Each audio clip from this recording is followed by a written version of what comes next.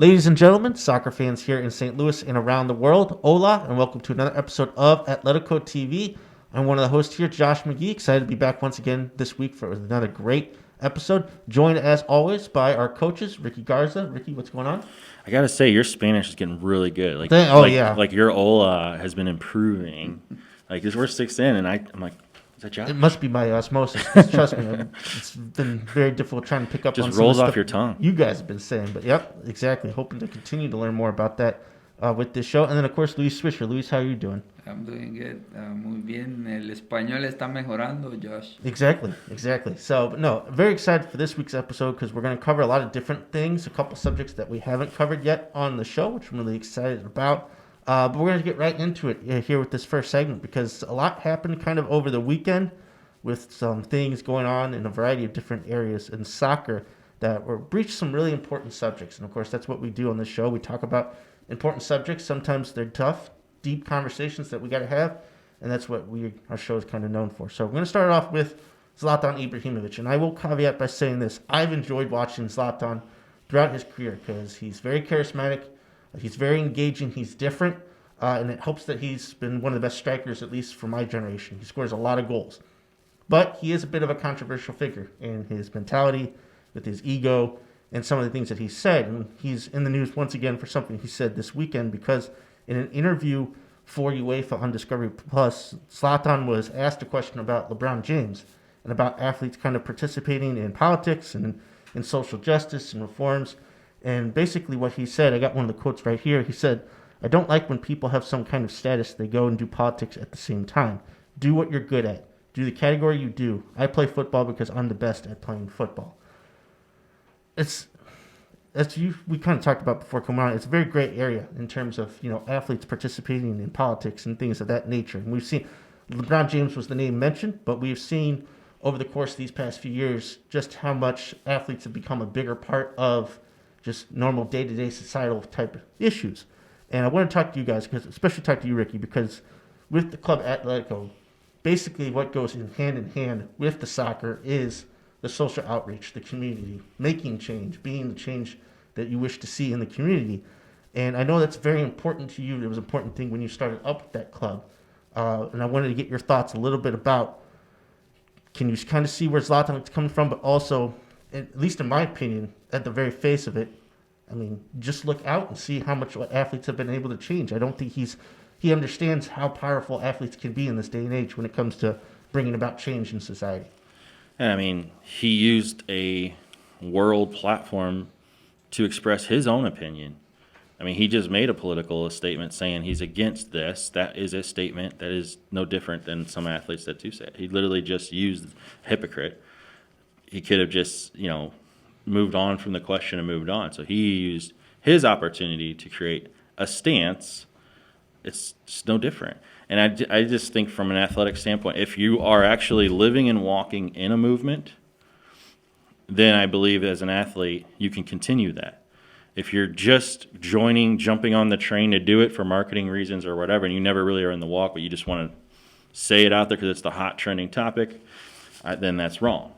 So I think that's the difference, is if the person is literally living by that virtue or doing those things, and LeBron is doing a lot of stuff. I think he gives free education to like an entire school or something, like sends them to a university. I mean, we need more athletes that just are going to make change in the community for the common good.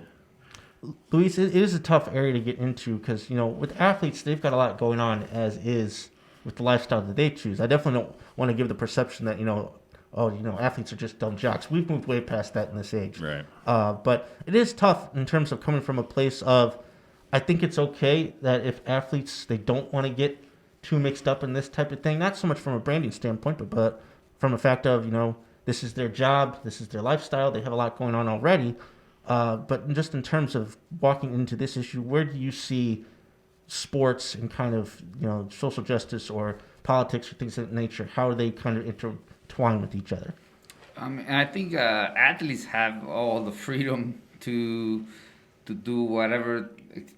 I don't want to sound like that, but do whatever they want. At the end, the exposure they're when they're under a mic, that's where it gives the perception and the different. For me, it is like kind of what Ricky said. Like, it's, if you're doing something that will be making an impact for a social impact in terms of working, not necessarily working with from the politic side, but it's something that is gonna help the communities and gonna help, something that you're doing for whatever change that you want to do. I mean, I think it's okay when it goes beyond that. When it goes, use it as or like we were saying before, they use you as a platform to communicate with things that shouldn't be communicated by an athlete. It should be communicated by somebody else.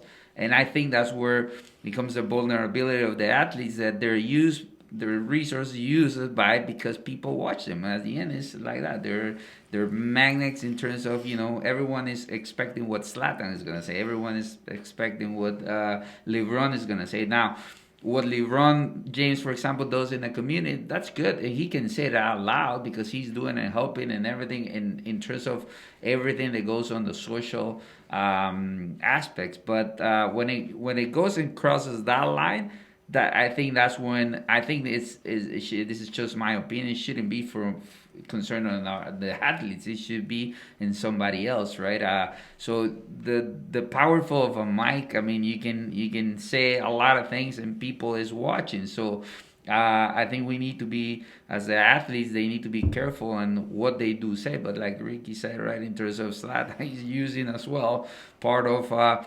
Because he wants to be exposed as well. He wants to do something that he wants to be followed. Whatever is his mentality in terms of his thinking at the moment is going to have some power in whatever words he says. So people is going to go look at more Zlatan, or they're going to look more LeBron James. So I think it's once we don't cross the line and we don't mix things. I mean, your freedom to do it on your time. I'm not against that. But when you're under a mic, that's when you need to be super careful, or under any other platform like social media that will, obviously you need to be super careful. Luis, when back where you played professionally in your country, did certain political parties partner with pro teams to get votes? Because I know that happens in South, like Bolivia and Haiti.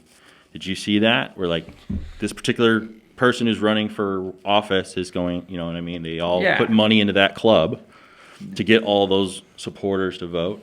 Yeah, they do it. They do it everywhere, I think.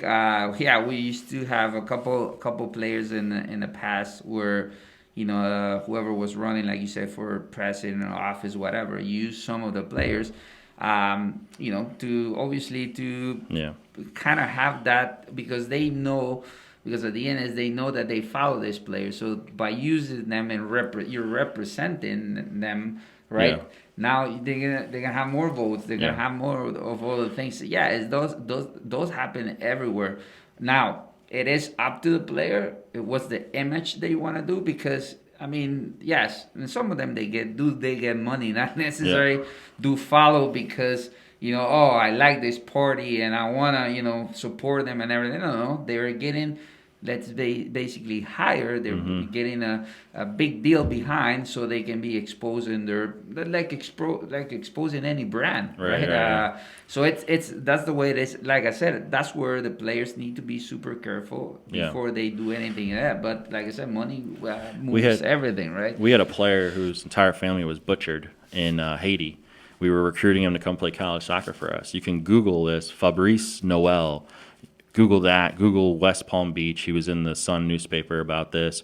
And so he's a top-level player in Haiti, right? And he was really good. He was young, so obviously we were trying to get him to come to college. And the team that wanted him, because he was so good, was a political party. And they wanted to switch teams, but it technically would have been almost like switching Democrat to Republican. And he did not want to do that. And he wasn't about the politics. He was this was his club.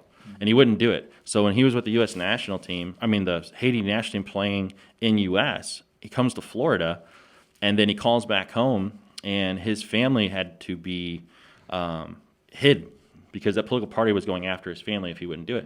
Turns out, gets the phone call. Entire family, mom, dad, brothers, sisters, all butchered, left his brother to live to make the phone call that you come back, you play for this club. Yeah. And so his brother said, don't come back. So he was able to get exiled from Haiti. He stayed. He played high school soccer in West Palm Beach. That's where we found him. and all over a political party. Willing to butcher a young 16-year-old kid's entire family just so he wouldn't play soccer for them, because if they won, then you get more votes. And there's a lot of different cases, similar cases like that around the world, unfortunately. I'll just say this again to kind of wrap up the segment. Again, I think it's okay, like for Zlatan, if he doesn't want to get into those types of subjects, that's fine. That's on him. And I don't think anyone will, truly knock him for it. I think coming out and criticizing those who are brave enough, because again, I think athletes, they do take a risk, like Luis is saying, in terms of what they say and how they say it. But they're the ones taking that risk, and they're the ones weighing up the advantages and disadvantages of that. They shouldn't be knocked for that, because it's really, truly a brave step, especially in this current environment, to come out with these types of things. And like Luis and you have both said, in terms of the the social change that I don't think should be politicized, unfortunately that's the environment, but things that shouldn't be politicized, I think about Marcus Rashford's campaign last summer to get meals for kids during the summer, during the pandemic, who don't have access to them because the school wasn't in session.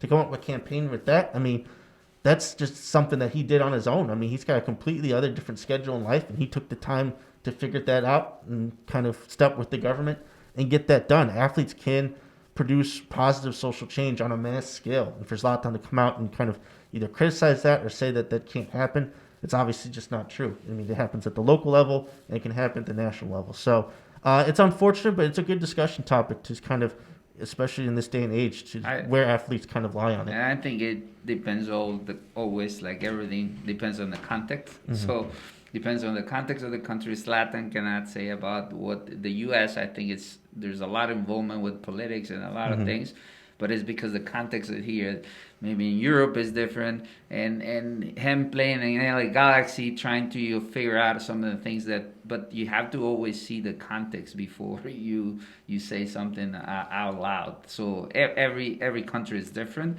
and that's the case as well in Haiti, right? So you have to see before you open your mouth. You have to see the context of things, right? Because, like you said, if it is about something that is a social community impact, whatever it is, that has involved some politics, I mean, I don't see what's wrong with that. As long as it is always positive, I think things could go well.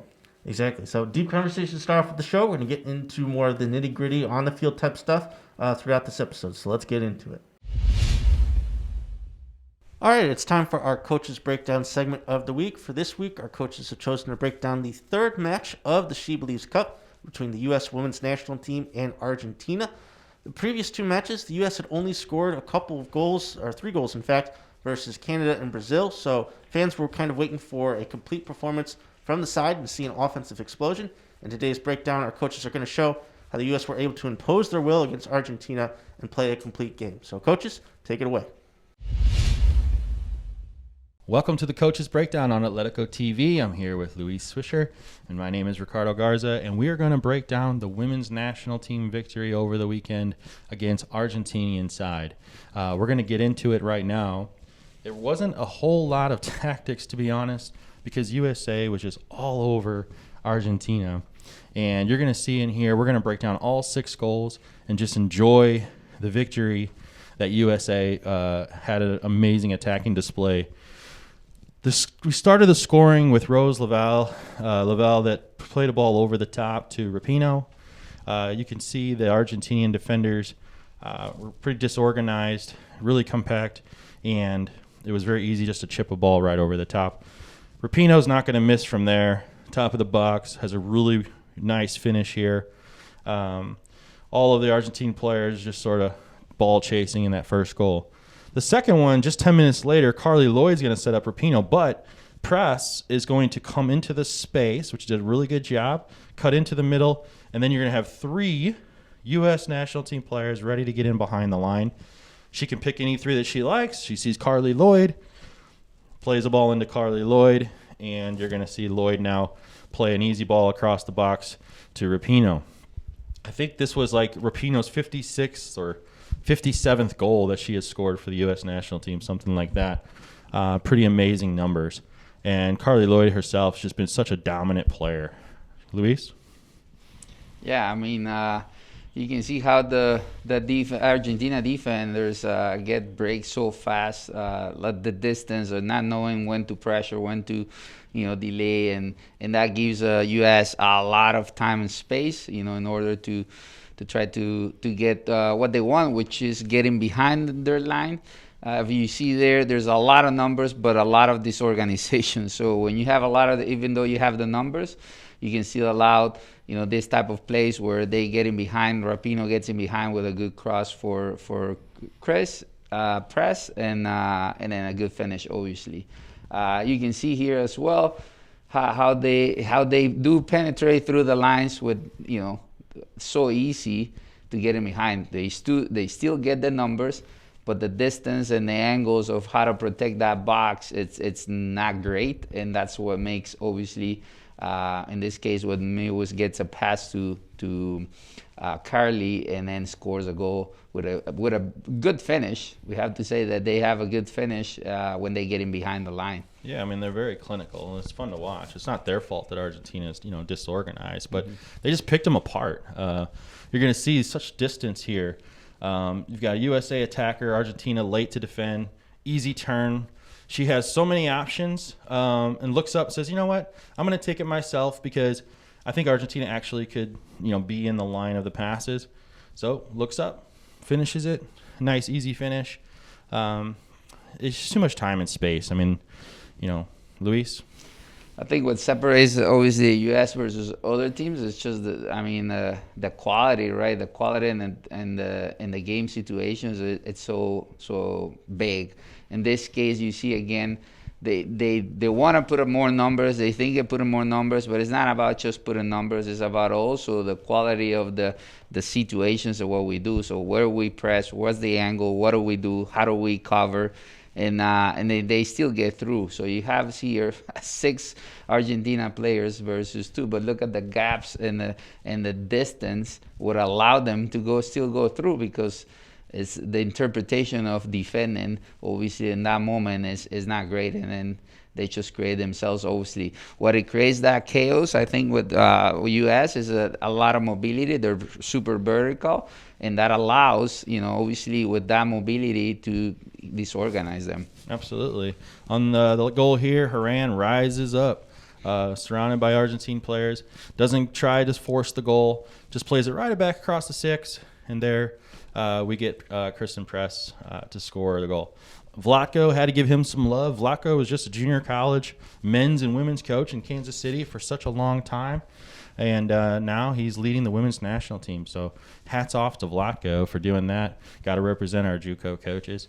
And congratulations to the U.S. women's national team for their 3rd championship in the SheBelieves Cup. And like you said, Luis, they're just clinical, and they're going to be hard to stop. Yeah, I mean, it's obviously U.S. is in a different level than everyone else, and which is good. I think some other countries where they have, getting advanced with some steps in what they're doing, but U.S. keeps maintaining that distance from everyone else, and that which is important, right?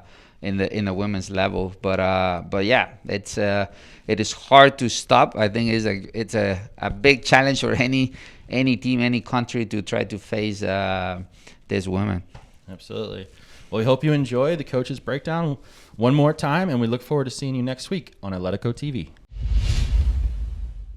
All right, so like last week's episode, we're going to get into a little bit of the Champions League in the second round of matches in the round of 16, the first legs. And I was told that we can't have an entire show celebrating Chelsea's victory, so we're going to limit it here to just the first couple minutes of this segment. But, man, I was just shocked coming into that match. Atletico are such a great defensive side. Atletico Madrid, the top team still right now in La Liga. They had a little bit of dip in form, but still, in terms of Chelsea, they still were not scoring much goals in the Premier League. I mean, we just saw that this past weekend versus Manchester United. So I thought, at best, a tie would be, a good scenario. As long as we were still in the tie going into the second leg, it'd be okay. But Chelsea come out of there with a 1-0 victory due to the fact that Atletico kind of stayed within their system and played very defensive-minded.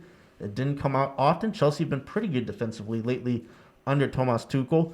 And then, Olivier Giroud, fantastic bicycle kick goal. As clinical and as technical as you could imagine that type of goal being, and they escaped with a away goal into the second leg. I was very impressed with that type of performance, but I was just shocked. I mean, in terms of your guys' experience, if you know you have a particular advantage over the other side that you're playing, you don't want to be kind of locked into being too conservative. You want to get out more. You want to have more chances. And I was just kind of shocked that Atletico remained in that type of formation. Well, I think it's, Sindone plays, he's the most disciplined coach that I know, right, Luis? Like, he plays the same defensive tactic. That's his way his teams play. They lock in that 4-4-2. They kind of tuck in their midfielders. They just play, no matter who he's playing, he typically plays that way. So I think because of him, I knew he wasn't going to change anything regardless of who he plays, just because of him and his mentality, But, obviously, you will tweak how you're going to play your opponents generally, I guess, in my opinion, me as a coach for sure. But Sindone, I saw, I would be more surprised if he completely changes the system. What do you think, Luis, on Sindone? No, I don't think. That's his. If you see him, that's his style of play versus teams that they're in the Spanish league. There's always like half of the table and then bottom of the table. If you see him play in the bottom of the table, it's a more proposal style play, because obviously the limitations of some of those teams and mid-table down. So every time he plays, obviously what he considers, I guess, better opposition for him. There's a trend in the way and his approach on his style. He's not gonna change. That's something that, people can obviously, whoever likes the way that you see football and you like it, it is, if you like more attractive, less defensive and everything, that's not the guy to follow for sure. But I have to give him credit. I've been watching him for a while, and even though that's not my style, that's not my philosophy in terms of, but I do admire something of him that we don't see, that there is a style established. There's something that the players follow, that the players know how to do. Sometimes don't go that way, and like this game, but if you can see, they stick to that style for the 90 minutes. So it's they're not gonna change. It's something that is gonna be, and for me, that's just the acceptance of Simeone in this case about the players. It is that they do believe in what they do. And it's gonna be a challenge for Chelsea, to be honest, in the next game. I remember last Champions League, the same thing. Everyone was talking about that, but it was successful when they got those goals from Morata. I forgot the opponent at this moment, but that they qualify, and it was the same thing, the same circumstances, and they got goals on transition moments, on some counters where Morata, and I think it was the other one, I forgot the other guy that scored the goal, but it was the same game, the same situation, but because he likes the other teams to propose. They like the other teams, and they use the advantage of that, let's say, which I think Chelsea was pretty good, was super calm, even though, which for me, looking at Chelsea proposing, which is always as hard to see as well in the past with other coaches, now they being the one that trying. It was great to see as well Chelsea looking from a different perspective. So we'll be interested in a way in a game back to see how they be cautious with, because it's not gonna change, but there's more vulnerability because there's gonna be more space that Atletico could, because of Simeone, the way that he attacks, right? So we'll see. Will be a good game. And the other thing, it was they were not home. So you say, well, they're home. They're not home. They were playing away. Home and away field. So, I wonder, this is just a question, I wonder if he takes that as not a home game, right? Mm-hmm. That it is a home, but it's not considered for him a home advantage. So, tricky there, right? But I would like to sit with Simeone and ask him, if there's the same perception but I was thinking, they're home, but they're not home because they're playing in a different field, right? So exactly. So I think in the second leg, if Atletico score early, they can fall kind of right back into their system because it'll be all level in terms of the tie. So it'll be interesting to see how those two teams attack it. Other three matches from this past weekend, you had Bayern Munich being Bayern Munich 4-1 on the road versus Lazio. Very early goal started that off, and they just never looked back. They've been just on some incredible form lately. You had Real Madrid kind of eke out a very narrow 1-0 victory versus Atalanta after Atalanta went down to 10 men. That was a very cagey affair, very back and forth, and I still think that tie could go either way. And then you had Man City, just again, continuing their just amazing streak after this victory in the Premier League this past weekend. I believe they're up to 20 wins in a row across all competitions. They beat Borussia Mönchengladbach 2-0 on the road that day. Ricky, I know you follow Man City just a little bit. I didn't know if you got a chance to catch the match this past weekend, but just overall, what they're doing right now, you can kind of look at them in the same light as Bayern, right? I think, in my opinion, those are the two clubs that I would favor to win the Champions League at this point. Yeah, for sure. And they're in such a rhythm, and that's the key. When you're preparing your team for different competitions, having that momentum, having that rhythm, and right now you can just see they're firing on all cylinders. He's utilizing some new players here and there, and the machine is still rocking. So they are just smooth as ice right now, and absolutely agree they're going to be contenders. Coach, what caught your eye from those three other matches in terms of going forward, who might be advancing or who might be a favorite? Kind of what stood out to you? Yeah, I mean, I think from I would like to see a Bayern Munich Man City. Interesting to see Pep Guardiola, and I was just reading some of his on Twitter, some of his things that he said on the media. About the consistency of what we talk about all these games, but Bayern Munich as well, being so consistent as well. So I would love to see those two teams getting into the. I mean, I don't know if it's gonna happen because of the legs getting to a crossover, but I would love to see from both, right? Bayern Munich just winning the World Cup of clubs, and then Man City having. We talk about they didn't win. Liverpool won the past one, but he has been 4 years where he won everything. Then he won again. Then he lost it, but he was second place with a world record of Liverpool. But Man City in second place with the same amount, almost the same amount of points. So it was like just a 3-4 point difference when the other one did 100 points. And now being on top of the league, and he was saying some of the words of Guardiola.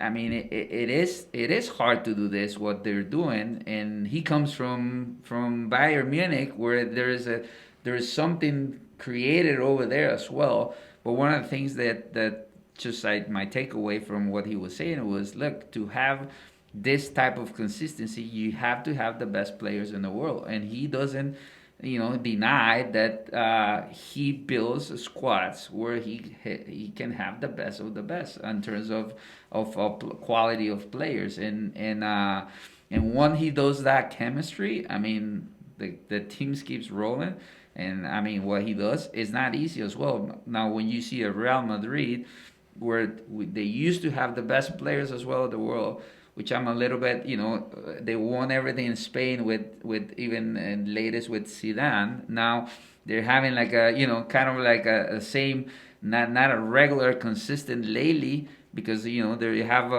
Barcelona still with all their shuffle and changes as well. Atletico Madrid being more consistent than them. I think what Man City is doing, it's really amazing, and hopefully Bayern and Man City could go to. It will be a good, final. I know you want Chelsea, but of course. But no, in terms of a neutral perspective, I think that's the end goal, right? That Bayern and Man City meet at some point, right? Whether it be earlier than expected or they meet in the final. I think it would be huge. Obviously, the dynamic, like you talked about, Pep recently, formerly coach of Bayern Munich, now coach at Man City. And I think you make an excellent point, especially in the Premier League. It's quite obvious. Chelsea, Manchester United used to be so high, and now all of a sudden they fluctuate. Liverpool won the league last year, struggling mightily this year. Man City, man, they just continue at a consistent pace. I don't think they've dropped lower than third for almost close to a decade, and especially since he's gotten there. They've been pretty much, they have a floor that they don't drop through, and they can elevate their games, and that's what they've been doing this season.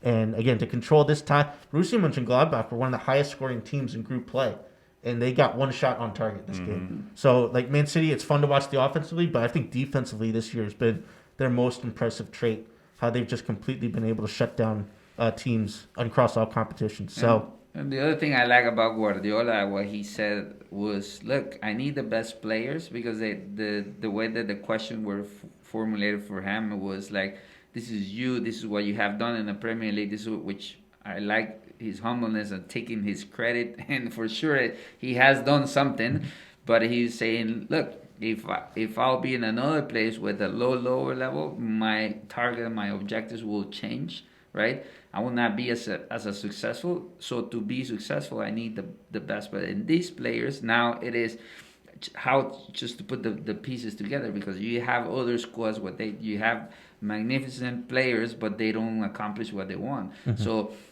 credits for him, but also in terms of giving the credit to the players, because at the end, I think what he's doing, even though his words, is trying to recognize all the hard work that the players do. At the end, those are the ones that play, right? Exactly. So for either the neutral viewer, or if you've got a club in the Champions League, in my opinion, I think as we get ready for the second leg in this tournament for each of these ties in the round of 16, I think half have been decided. I mean, especially if you look at like Bayern Munich or Manchester City. But I also do think that half the ties are still up for grabs as we enter the second leg. So plenty of action still look forward to here in a couple weeks when we get to the second leg of the round of 16 in the Champions League. Okay, much like we talked a little bit about in the coaches breakdown earlier, we're kind of going to expand upon the U.S. Women's National Team winning the SheBelieves Cup, defending their title this year. Of course, they were extremely impressive versus Argentina, that's 6-0 victory, but of course, they also played some pretty top teams in this tournament. They took on their rivals Canada, and they also played Brazil. The Canada match was the one that was eye-opening to me, because by their standards, guys, the U.S. Women's National Team were not dominant. They had trouble scoring in this match and breaking through. It took Roosevelt coming on in the second half as a sub and scoring for them to win this match. They also let up a lot of chances that, in my opinion, if Canada had Christine Sinclair, or if it was a different side with more clinical finishers, they could have scored a couple goals. I thought the defense was kind of leaky in this match, but they were able to keep the clean sheet. They got away with it. Then they played a much better match versus Brazil, 2-0 victory. We had Kristen Press and Megan Rapinoe scoring that match. So all in all, especially with that final match being, their best effort and shutting out all three opponents, that's got to be great for Vlatko Angonowski to see his defense play that well. It's interesting from this perspective because we've got the Olympics coming up in a couple months here at the end of the year, and how Vlatko decides who is going to be on that roster, because the U.S. is right now at a tipping point in terms of you still have the old guard like Megan Rapinoe, Carly Lloyd, still scoring a lot of goals and still contributing very well, but you also kind of have these young up-and-comers who haven't gotten to play as much for the U.S. Women's National Team, like Christy Mewis and some of these other players who are getting opportunities and are doing quite well. So I'm just wondering from a coaching perspective, how does Vlatko take this tournament into consideration when it comes to the Olympic roster and how he's going to build this team? Just want to get your guys' thoughts on that. Well, I think and then the World Cup follows 2 years later, right? Yeah. So I think he's got to make that decision on what the World Cup roster would look like with your primary players, with your Rapones and Lloyd, and figure out, well, if they're not in that picture, then that kind of helps your adjustment of maybe this is the last tournament and they'll go out, or they're going to be in it and maybe they don't need to be in the Olympics, so I can use some other players to see them and then make some final decisions for the World Cup. That's how I would decide on the Carly Lloyds and Rapinoes of the roster. Right, it's a tough decision, Luis, right? Because from a fan's perspective, we're like, what are you talking about? Why would you exclude these players when they're doing so good? But from a coaching perspective, you're always thinking ahead, right? You're always trying to stay ahead with your club in terms of how trends are going on the national stage. You always want to keep your roster kind of moving in flux and getting those players and growing those types of players so that when it comes time for the big tournaments, those younger players have experience and you have the next generation, much like this past one, how they were able to take a couple World Cups. They got that experience earlier on at World Cups and Olympics before that.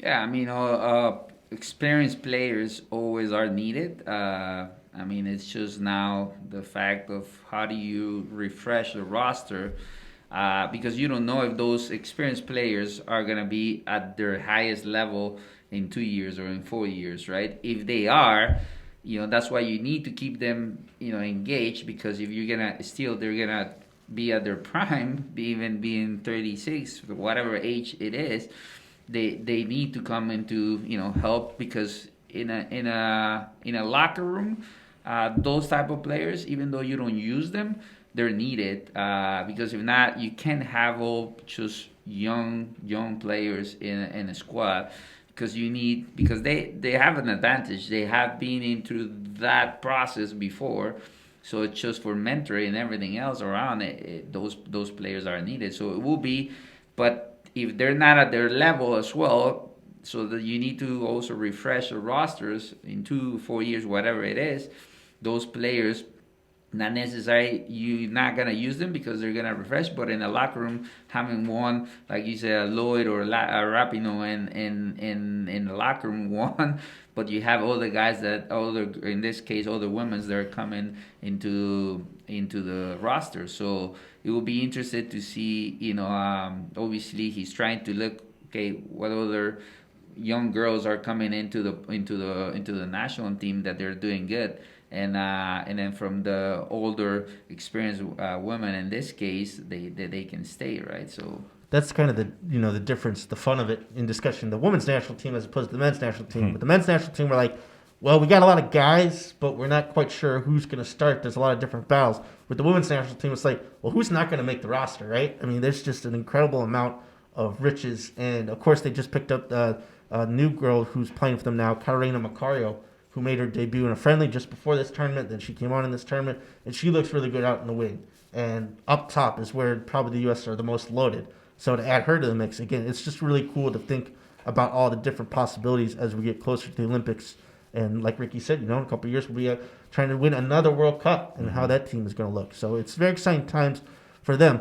Unfortunately, from this past weekend, after the SheBelieves Cup, I'd say the U.S. women's national team more so than the men's, but in terms of this controversy from this past weekend, the U.S. Federation had a meeting of some kind with their athletic council. They were set to repeal the policy that required players to stand for the anthem. We've seen a number of different players, especially starting with Megan Rapinoe, kneel before the anthem in terms of protesting, police brutality and things of that nature.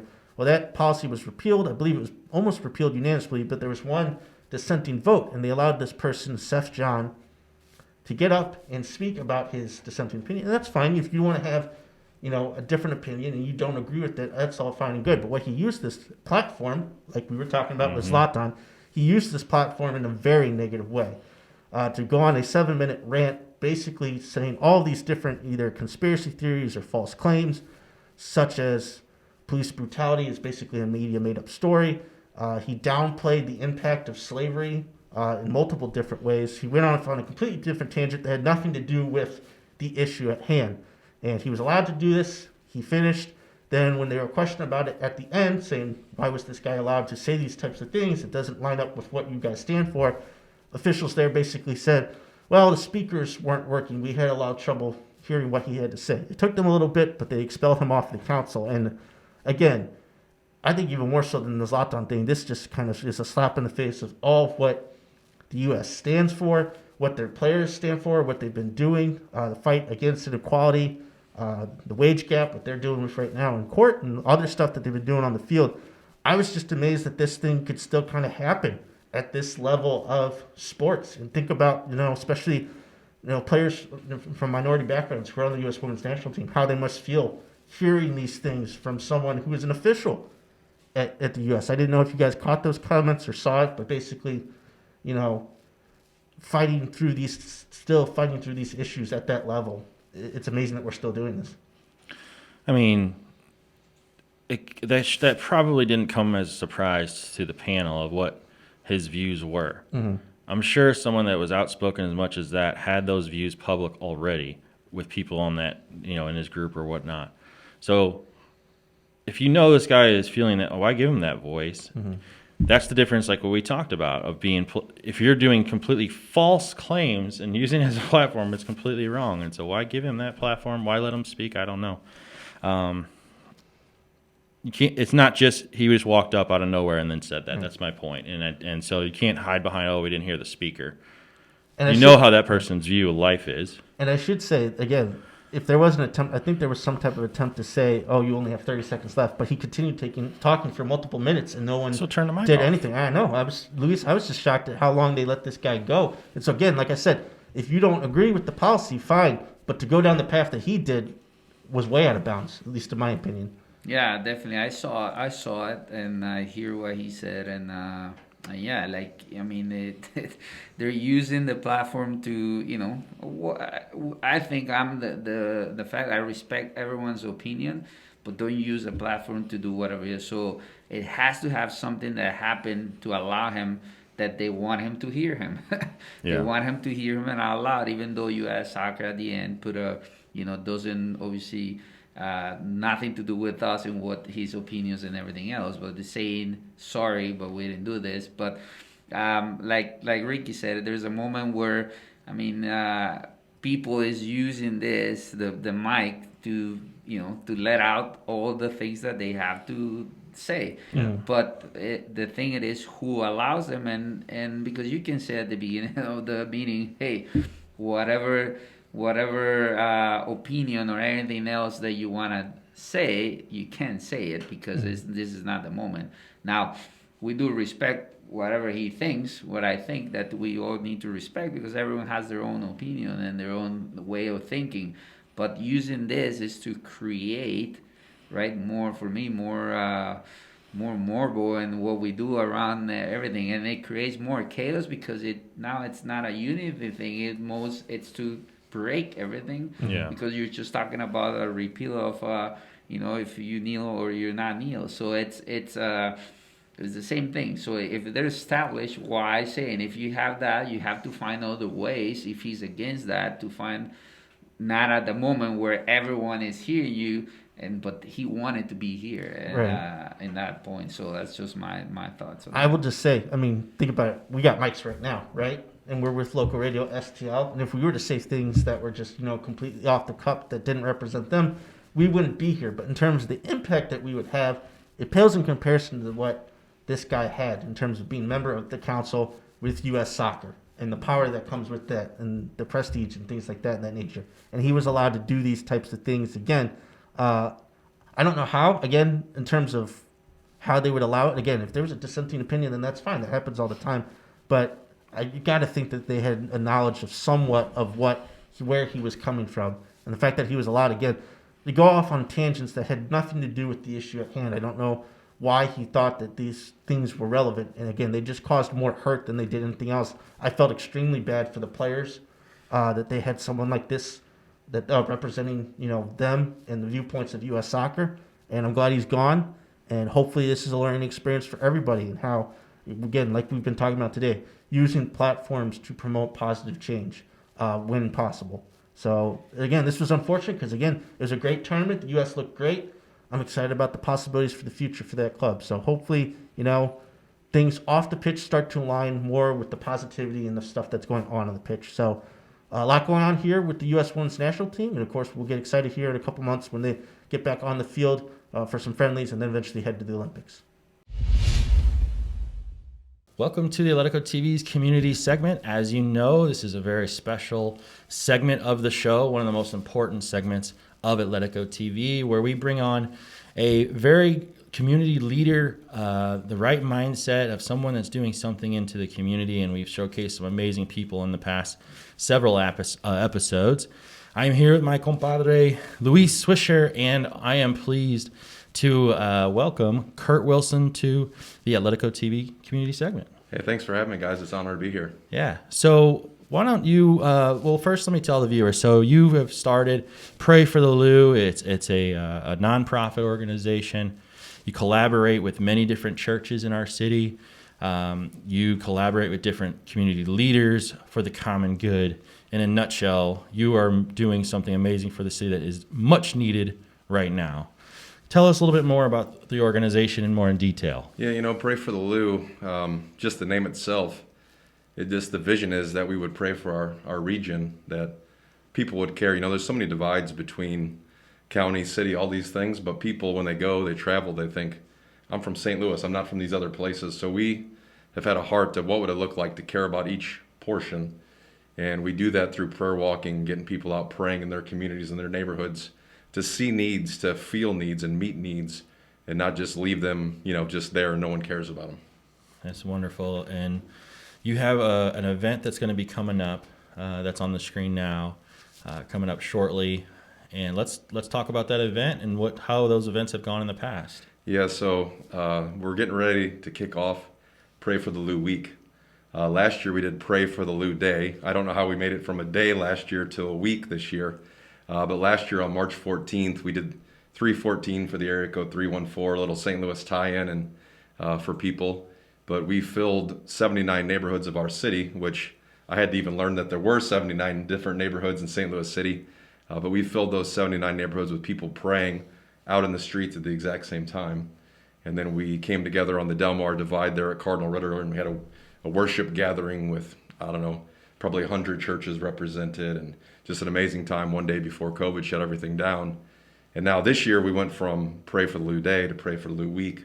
So March 7th through the 14th is going to be Pray for the Lou Week. We're going to have 6 straight days of regional prayer rallies where pastors and churches will gather in their region to pray and to worship and to believe for great things right where they're at. You know, that's kind of one of the challenges in St. Louis. We are divided. It's geographically large. So sometimes people don't want to drive a half hour, 45 minutes. So we're bringing it to every area, every part of the city, the county, Jefferson County, St. Charles County, where people can be there in person for some or virtually to say, hey, we care about this place. We care about your county, and pastors and churches and getting on board and saying, yeah, we want to be a part of that. We're super excited about that. Saturday morning, March 13th, we are trying to raise up 300 churches to prayer walk at the same time. We're not quite there yet. Right now we have about 50, which we're excited about, but that's going to be the moment where no matter where the church is in the region, they're going to get to prayer walk their community, their neighborhood where they care about.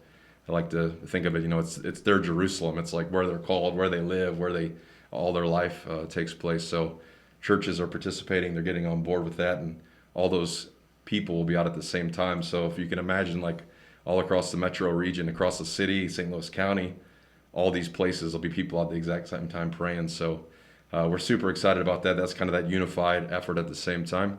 And then after that, we're having a virtual closing celebration, which is going to be powerful and live streamed. And we're getting prayers from different leaders across St. Louis, worship from different worship teams, and it's going to put on display that there actually is unity here, that people are actually working together, because that's one of the big things. People don't know each other, and this is going to show that. And then we end the week, March 14th, with Preach for the Lou Sunday. So we're going to have people preach Psalm 24. They're going to pray into it during the rallies and preach it on the 14th, and they'll do that in their service, but there'll be a unified effort because multiple pastors across the area will be preaching that same message. So it is a full week. I know that's a lot, but we're excited for what's coming. So, I mean, this is really powerful. It's really special. And we got to back up to what was that moment where you decided, I'm going to start this Prayer for the Lou? What made that decision in your life to want to do this? Yeah. I like to say it started with a lot of failure, with trying things that didn't work, trying to mobilize prayer in church buildings and people don't show up. The pain of when things happened in our city and it seemed like the church didn't care, or people didn't care, or people were silent. And just, frustration, desperation. And finally I was like, just ask God, like, what do you want me to do? Like, there's got to be more than what we're doing to see some kind of change. And that's where I kind of got the directive to, hey, I want you to prayer walk through all 79 neighborhoods of the city. Of course, I didn't know how many there were, but that's when I looked it up and found out there were. And so me and a few friends just set out on this like crazy journey, no one watching, there was no Pray for the Lou, there wasn't a name, it was just we're going to pray through every neighborhood and figure out what's going on. And that took about 10 months. And then from there it was like, okay, now we could call the church to do it at the exact same time. Could that even happen? And of course, that's what happened last year, March 14th, before it closed down. So it was more of a personal journey, years and years of believing great things for our city, but not seeing them. Years and years of, I know there's more. Years and years of, I want to see unity in the churches and work together and show this city that like we can come together, and it not seeing it. And then eventually it was just like, okay, literally step by step, neighborhood by neighborhood.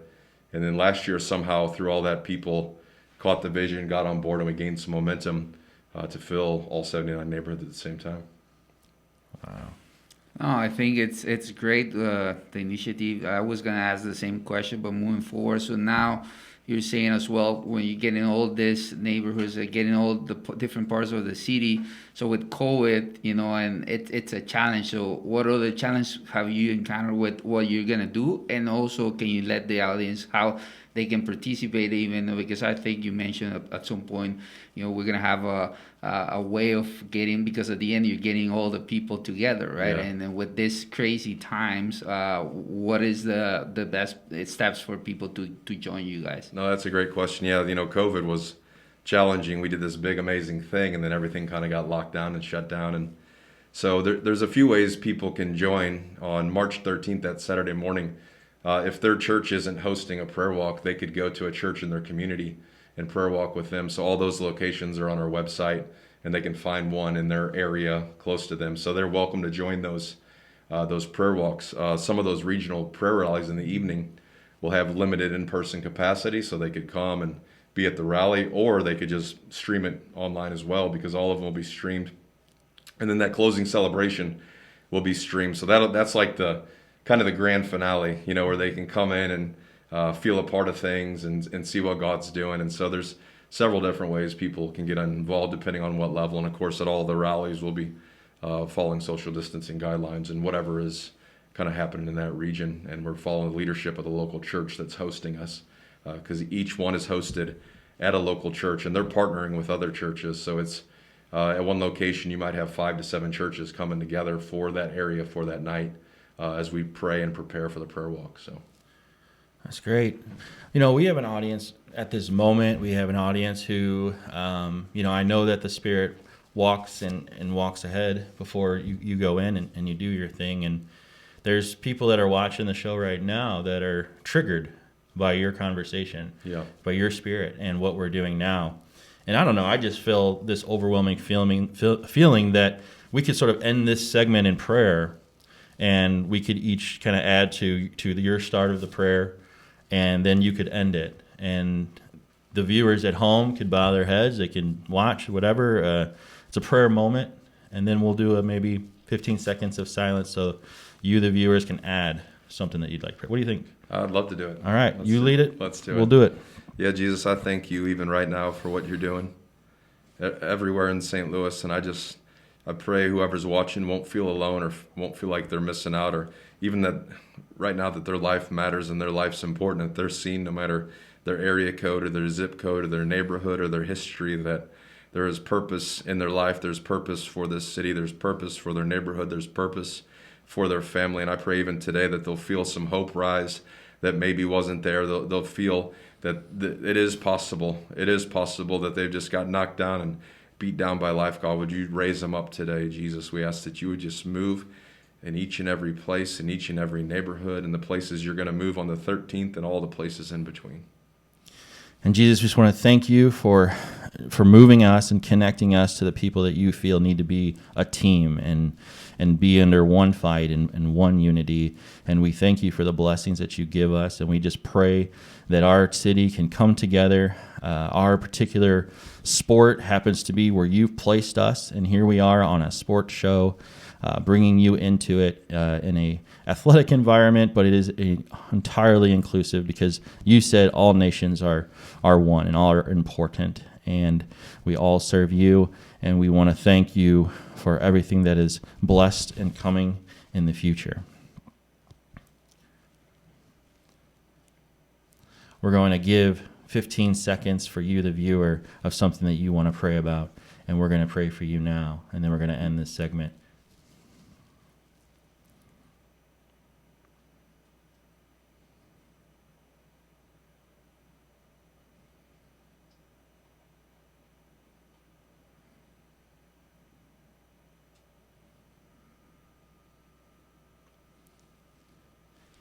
In Jesus' name, amen. Kurt Wilson, this is a really amazing segment, and we're amazed at what you do. We thank you for what you do. Support you in any way that you can in the future. Come back on the show. We'd like to have you keep us posted on everything and how we can move this forward. Yeah, I appreciate the support today. And, all we want is the natural and the spiritual to say St. Louis thrive and succeed and be known for all the great things we know are here. So, all right. Well, thank you, the viewer. for another amazing segment of the community segment on Atletico TV. We'll see you soon. Okay, to wrap up this week's episode, Ricky and I are kind of discuss a little bit about what's going on here in St. Louis in terms of some local soccer tournaments coming up here in the next month or two, highlighting, of course, some teams from around St. Louis and from Missouri. I also want to highlight a little bit about what's going on at the college scene with the local teams here, because they're kicking butt, basically, from what I've been seeing. A lot of success to highlight going on here in St. Louis. But, Rick, let's start out with some of these local tournaments, some of the things that you wanted to highlight that'll be coming up here. Yeah, looks like there's some college showcases coming up in April here. There's some invitationals. I think there's 3 tournaments coming up in April. You can go on Missouri Youth Soccer, click on local tournaments, and it'll tell you some tournaments coming up. So we'll have to check out those. We do want to, once the season starts to roll this spring, maybe end of March, early April, we do want to see what's going on in the local club scene and bring it into the show. Definitely. And I think in terms of kind of going off of the showcases, in terms of what the college team's doing right now, a lot of success, like I talked about. I know SLU men's and women's teams are both on winning streaks. SLU's men's team just beat Butler and Xavier in the same week, which is incredible. And the women's team right now at this point are undefeated, and they just beat Arkansas. Incredible. They were both picked, again, to win the Atlantic 10 in the preseason poll, but still to see this type of success, we haven't jumped into conference play yet. They're beating schools everybody knows, right? So that's really cool to see that despite the whole long layoff, that they were still dominating at this type of level. So that's really cool to see. And the women had a great season last year. Exactly. So we continue the momentum there.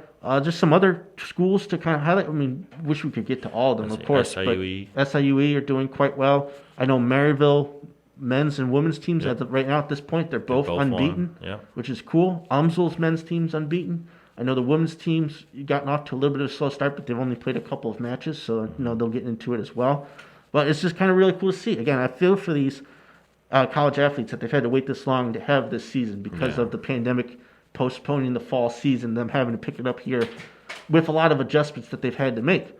But they're rolling with it quite well to start off here especially. So it's kind of really cool to see. And again, this type of talent you see get to the next level quite often here from this area. So that the fact that they're doing this well early kind of shows that hopefully a couple of these players will get a chance to showcase themselves, at the next level. So again, very good to see all of that going down. And of course, we'll highlight some of those showcases as we come up on them here as we get further and further into the spring. It's kind of cool. We've made it to the month of March. Yeah. Obviously, the big pro seasons, your MLSs, your NWSLs, your USLs will get going here soon. I just saw, obviously, recently, we talked a little bit about Scott Gallagher on last week's episode. Their USL 2 schedule came out. Did it? Very exciting to see, games against like Des Moines, Wichita, who I know you're familiar with, and some other clubs. The games will be at the soccer park. It's exciting to have soccer out there as well. Yeah, it's going to feel really good to get back to some kind of normalcy and have a lot of options in terms of different clubs of that nature. I know that. Yeah, I think Sam Page released is where now you can have 2 spectators per player at events, basically. Gotcha. So if your child's playing or whatnot, 2 people. So it's a little bit loosened. Let's see what happens in the summer. Yeah, exactly. We're getting there. There. So again, hopefully soon that'll benefit for everybody. I guess before we go, Rick, we were kind of talking a little bit. You kind of got on an important call this past week. Yeah, I did. Our fight is just to try to, have everything a little bit more diverse, a little bit more opportunities. And I was trying to find a team for my own son, and it was hard to find that. I want him to be in that environment. I want him to be in a diverse environment, and at least have a coach from a little bit of a different cultural background. And he's 9. It was hard to find that in St. Louis, and so I reached out to the president of MISA and had a good conversation with him. He says it is an issue. He acknowledges that. He says this is the time. U.S. Soccer just had a diversity and inclusion symposium recently addressing the issue. And I actually sent an email to U.S. Youth Soccer and got a call within hours from Mr. Condone. And he also wants to give Club Atletico and resources and connections because we are willing to help with it. And that's what I told both of them. I said, not throwing a race card at you, not trying to, it's just trying to solve the problem and come up with a solution. We think we have that because we think that there needs to be another league below club that is just as professionally run, that is just as funded, so that we can now go to the neighborhoods and create teams. We can't bring these kids to one location like club soccer does typically. So anyway, in long story short, a very positive outcome over the weekend to see that there is something on the way. He says they're even hired a diversity and inclusion group to implement it, and I asked him for some diversity and inclusion soccer certificates that coaches could go and clubs could get their staff involved to understand, because they just don't. And he says it's kind of coming down the pipe, and we're sort of ahead the conversation. He says you're actually kind of ahead of us right now. So he liked what we were doing, and he wants to be aware. He wants me to keep him in the loop on a weekly basis on our projects in St. Louis. That's great to hear. I mean, we tackled a lot of issues today, and a lot of comments were made this weekend that at least, disheartened me. And I think one way to avoid that in the future is you have more diversity, right? You make sure everyone's voice is well represented, and you know how people are feeling and where they're coming from, and empathy and understanding, and continuing to grow the game at a positive level. That's how you avoid these types of things. So that's what our show is about. And again, in terms of featuring, local athletes, again, we always welcome participation to reach out to us if you want to be featured here. We're going to give you that platform, again, for positive change, for positive stories around here in St. Louis. So another great episode. Good to be back. And hopefully, we'll be continuing to be able to do this here on a weekly basis. So that'll do it for this episode of Atletico TV. For Ricky and Luis, I'm Josh McGee. Also, thanks to Local Radio STL for providing us this platform to have this show and to have these conversations. Thanks to our producer, Key, and thank you to our board operator, Travis. Excited to be back hopefully next week with another new episode. So thanks again. Have a great week and a good week of watching soccer, everybody.